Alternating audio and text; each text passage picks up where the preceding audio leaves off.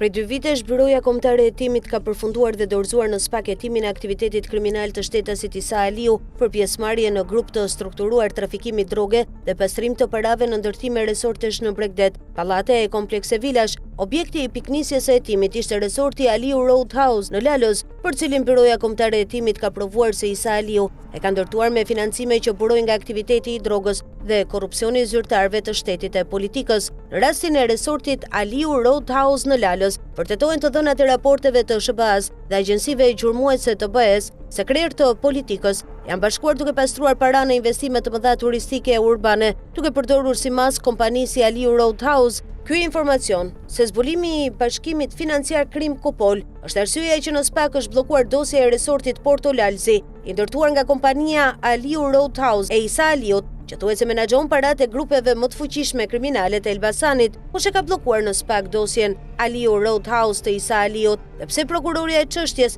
nën presion apo nuk po firmos për sekuestrimin ekonomiko-financiar. Në dosjen e përfunduar të BKH-s dhe të dorëzuar në SPAK, janë provat që Isa Aliu është edhe subjekt i dosjeve Sky ECC dhe raporteve të shish, antikrimit dhe drejtorisë së parandalimit të pastrimit të parave, dhe rezulton se me kompaninë që ka 1.000 euro kapital fillestar, po ndërton resortin luksoz në Lalës me port jahtesh, vila në Sarand, Jal, pallate në Tiranë, Durrës e Vlorë. Konkluzjoni i grupit hetimor të BKH-s është ky: përveç se Isa Aliu është përfshirë vetë në veprimtari kriminale, investime totale ndërtimore me vlerë rreth 500 milionë euro deri në momentin e mbylljes së hetimit, kompania e tij Aliu Roadhouse është kamuflimi një rrjeti të fuqishëm që grumbullon dhe pastron paratë e krimit e korrupsionit. Prova është konkrete. Nga viti 2008, kur u krijua kjo kompani, Isa Aliu deklaronte 1.000 euro kapital, ndërsa më 31 mars 2022, në momentin kur BKH kishte filluar hetimin, ai deklaroi rritjen e kapitalit në vlerën 1.6 milion euro si tentativë për të fshehur gjurmët e pastrimit të parave.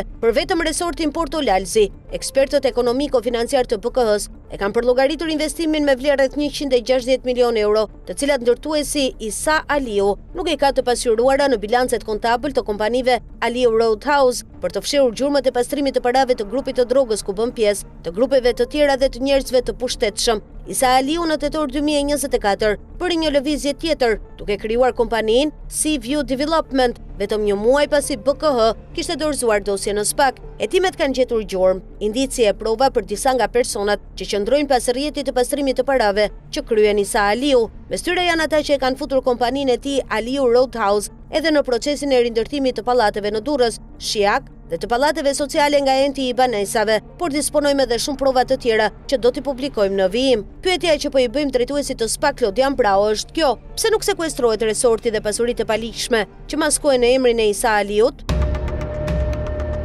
Fakti që pronari i kompanisë Rozafa, Gjergj Luca, është me disa dosje shqiptare e ndërkombëtare për trafik droge e kontraband, si drejtuesi një grupi të strukturuar kriminal, duhet të jetë objekt gjurmimi dhe hetimi i SPAK për burimet financiare të investimeve të shumta që po kryen. Si indicje, duhet të shërbejë vërteta se pas ardhjes në pushtet të Edi Ramës, i vetë deklaruar si mik i trafikantit Gjergj Luca, kompania Rozafa ka kryer rreth 210 milion euro investime në vitet 2016-2025 dhe po vazhdon të investoj. Ka ndërtuar dhe po ndërton fabrika, restorante, resorte e qendra peshkimi në Tiranë, Durrës, Elbasan, Sarand, Shëngjin, Maliq, Fier, Gramsh e të tjerë. Mbi objekte, troje, liçene, hapësira detare publike, të cilat ja ka dhuruar kryeministri Edi Rama me vendime qeverie të personalizuara. Përveç mos hetimit të pasurive publike me miliarda euro që i ka grabitur me kontrata 1 euro në emër të kompanisë Rozafa, SPAK nuk po heton burimet e financimeve që trafikanti Gjergj Luca ka investuar për bizneset e tij. Sipas akt vlerësimeve, ai ka investuar rreth 210 milion euro, kur sipas bilanceve të dorëzuara në tatime dhe të pasqyruara në qendrën kombëtare të biznesit, kompania Rozafa e trafikantit Gjergj Luca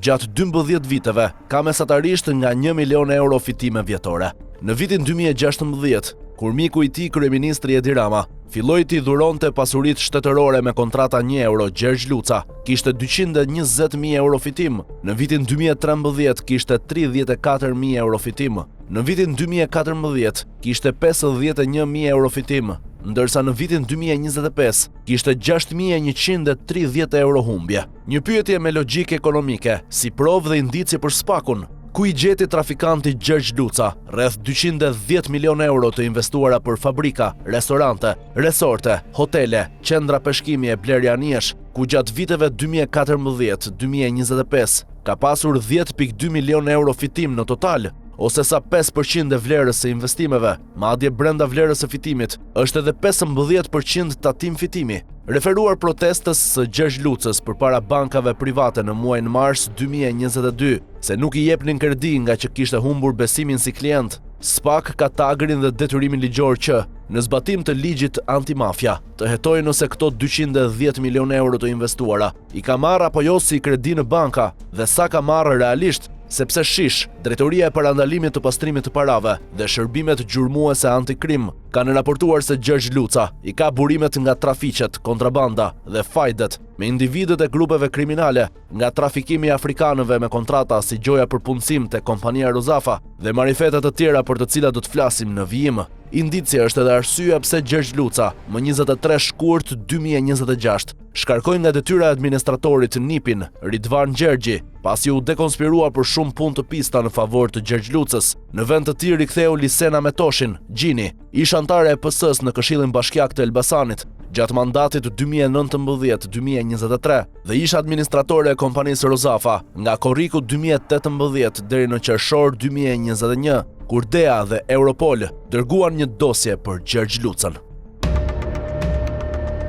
Humbja e pushtetit nga Viktor Orban në Hungari duket se ka vënë në lëvizje rrjetin ekonomik të ndërtuar prej tindër vite. Një nga njerëzit më të fuqishëm të kësaj skeme, biznesmeni Gelert Yazaj, po tenton të zhvendosë dhe zgjerojë influencën në Ballkanin Perëndimor, duke përdorur Shqipërinë dhe Malin e Zi si bazë të re për investime strategjike. Yazaj, aksioneri kryesor i grupit 4IG dhe pronari One Albania, brenda pak ditësh ka zhvilluar takime në Tiranë dhe Podgoricë për projekte të mëdha në telekomunikacion, data centera dhe infrastrukturë digjitale. Lëvizjet e tij vijnë në një moment kritik për 4IG në Hungari. Ministri i ri Peter Madjar ka paralajmëruar auditime, hetime dhe ndërprerje të kontratave shtetërore për kompanitë që u fuqizuan gjatë viteve të Orbanit përmes lidhjeve politike dhe favoreve shtetërore. Mes tyre është pikërisht 4IG, kompania që në vetëm pak vite u kthye nga një biznes modest në një gjigant telekomunikacioni me vlerë miliarda euro. Sipas listave të publikuara në Hungari për vitin 2025, Gelert Yazaj renditet mes 10 njerëzve më të pasur të vendit me një pasuri të vlerësuar në rreth 264 miliard forint hungarez, pasuri e ndërtuar gjatë periudhës kur Orban kontrollonte pushtetin. Në këtë klim të re politike në Budapest, Ballkani duket se po shndërrohet në terrenin e ri të zgjerimit për njerëzit e afërt të ish kryeministrit hungarez, me shpresën se do të shpëtojnë milionat. Fillimisht Yazaj u shfaq në Tiranë, ku zhvilloi një takim të mbajtur larg vëmendjes publike me Edi Ramën. Takimi nuk u publikua nga qeveria shqiptare dhe detajet dolën vetëm përmes mediave hungareze dhe deklaratave të vet biznesmenit. Sipas 4IG, Ramën u diskutua zgjerimi i One Albania, investimet në data centera dhe projekti strategjik Two Eagle, kabli nëntetar që synon të lidhë Egjiptin me Shqipërinë e më pas me Europën. Në praktik kjo do t'i jepte grupit hungarez kontroll mbi një pjesë të rëndësishme të korridoreve të transmetimit të dhënave në Mesdhe dhe Ballkan, por menjëherë pas Tiranës, Yazaj u zhvendos në Podgoricë. Aty ai zhvilloi negociata me kryeministrin e Malit të Zi, Milojko Spajić, për zgjerimin e One Montenegro dhe projekte të reja të infrastrukturës digjitale. Vet 4IG deklaroi se Mali i Zi mbetet partner strategjik i grupit në Ballkanin Perëndimor dhe se kompania synon të luajë rol afatgjat në modernizimin e rrjeteve dhe teknologjive të gjeneratës së ardhshme. Në thelb po krijohet një boshtë i ri ndikimi digital hungarez në rajon, ku Shqipëria dhe Mali i Zi po shërbejnë si porta hyrëse për zgjerimin e një kompanie që në Hungari po përballet me rrezik politik dhe financiar pas ndryshimit të pushtetit, ndërsa në Budapest flitet për hetime dhe shembje të modelit ekonomik të ngritur gjatë epokës së Orbanit. Ballkan njerëzit e tij po negociojnë kontroll mbi telekomunikacionin, qendrat e të dhënave dhe infrastrukturën strategjike digjitale të rajonit.